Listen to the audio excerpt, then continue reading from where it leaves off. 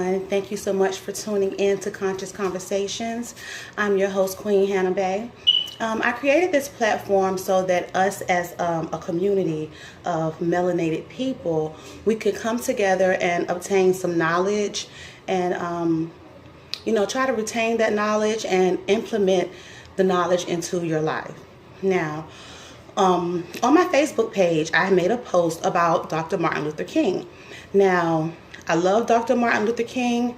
No disrespect to Dr. Martin Luther King. I admire you for the great work that you have done in the Black community, as far as, trying to get us, together, or to get us to have equal rights. Now,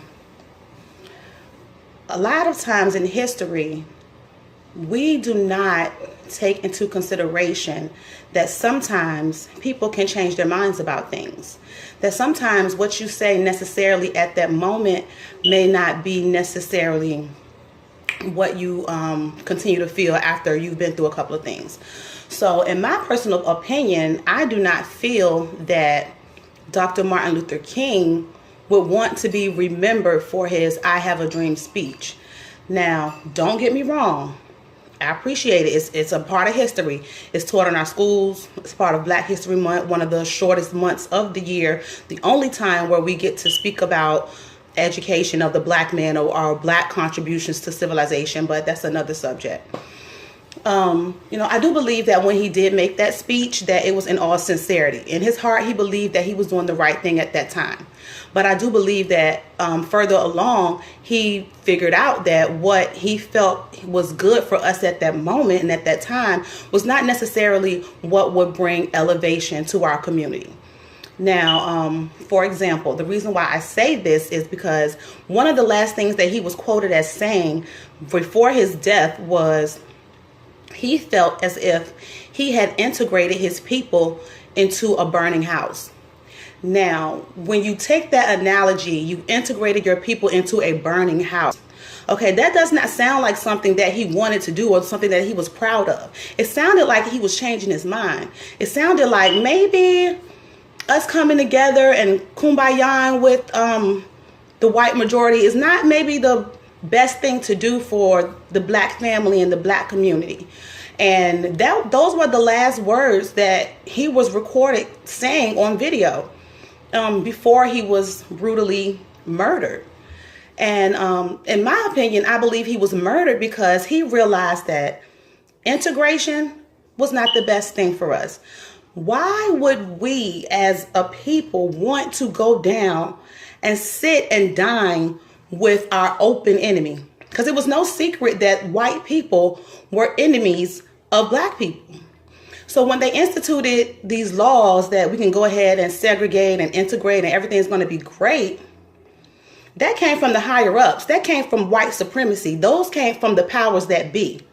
So in the community, when we started to implement those things, the people that were on the lower levels with us, they didn't like that. We were not their friends. So why would you want to go sit down and eat at a counter with people who are your open enemy? Right now, today, I don't even want to go through a drive-through and, like, if the girl has a nasty attitude or something and the person that I'm with, like, curses that person out, no ma'am, I don't want to eat there. Because you don't play with people who are fixing your food. So if people are nasty today, what do you think they were going to do to your food back then at the counter that you got burnt and beat and hosed down with water hoses and bit by dogs for? Why would you want to do that? So he discovered that along his campaign, that once we were able to do those things, that maybe that wasn't such a great thing to do. Because they were back there doing all kinds of things to our food, wiping their ass with the burgers. Who wants to eat that? Why would your open enemy give you something that's good? Integration as far as education. That was not the best thing for us. For us to send our children to the schools that they already had established. It was not the best thing for us because they didn't have any curriculum telling us where we came from and our culture and our history. We still don't have that to this day in the schools. If you want to find out where you're from, guess what you have to do? You have to do your own research. You have to look in a book. You have to fact check these people because they'll tell you anything. They'll tell you anything. And us thinking that, okay, white is right. We're going to integrate and we're going to be a part of them. And do you really think that they're going to give us the same level of education that they give to their people? No. They're going to give us the bare minimum. They're going to pass these kids by and don't even really care about them. So I really believe in homeschooling, and that's something that I'm looking forward to trying next year. It's going to be our first time trying it out. I have a 4-year-old. She has not been to school yet. So the things that I'm learning, and it's just like opening my eyes, like I don't even want my child to even be a part of that. They're not even taught that Black people are the mother of civilization. We have contributed so much to this world, not only America, but to the entire world. We have brought God consciousness. The Europeans didn't have a God consciousness, a God concept. Africans brought that to them. They didn't even know how to wash their ass. We brought that to them. We told them that they needed soap and water. Okay? They were dying left and right from all kinds of diseases.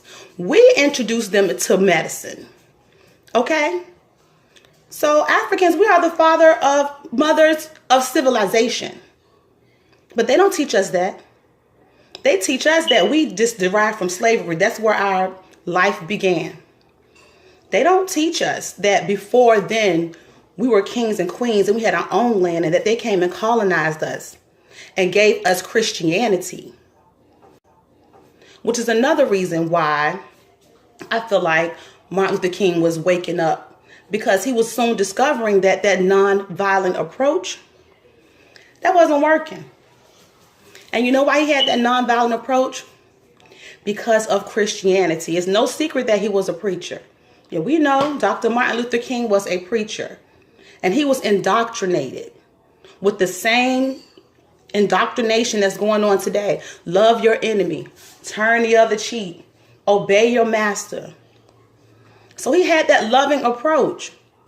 But did they love their end? No. No, they didn't love us. They were sicking the dogs on us. They were hosing us down with water hoses. They were making medical experiments out of our Black women. No. No. So integration was not the best thing for us. And I do believe that Dr. Martin Luther King was waking up in his last days and he came to that realization. And he realized the nonviolent approach, the segregation and integration, it was not the best thing to elevate the Black community. Because even they gave us the illusion that slavery was over. Slavery isn't over to this day. To this day. To this day, there are people that are picking cotton in a prison. Look it up. Fact check.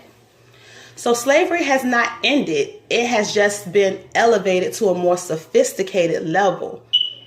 And we're born into this white supremacy, into these systems, these ideas, and these concepts that were put in place to benefit the white people. So we're going to remember Dr. Martin Luther King Jr. Let's remember him for the awakening that he was having, because he was becoming woke. As we will say now, woke. He was waking up. So I'm grateful that I took the time to go ahead and look up this information and find it out and put it into perspective.